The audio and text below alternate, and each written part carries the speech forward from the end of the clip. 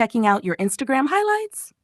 In this video, I'll walk you through a clever little trick, the Instagram highlight stalking trap, that helps you track who's been viewing your content.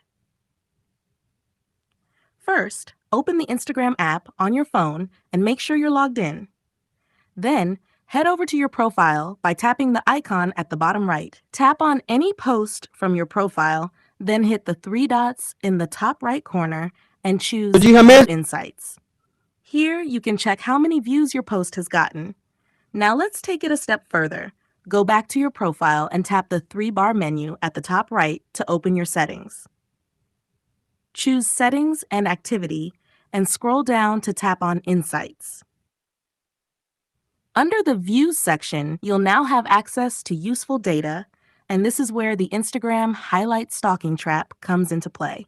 You can cleverly use this to monitor who's engaging with your highlights. And that's it. Try it out and see who's been secretly watching your content. Thanks for watching.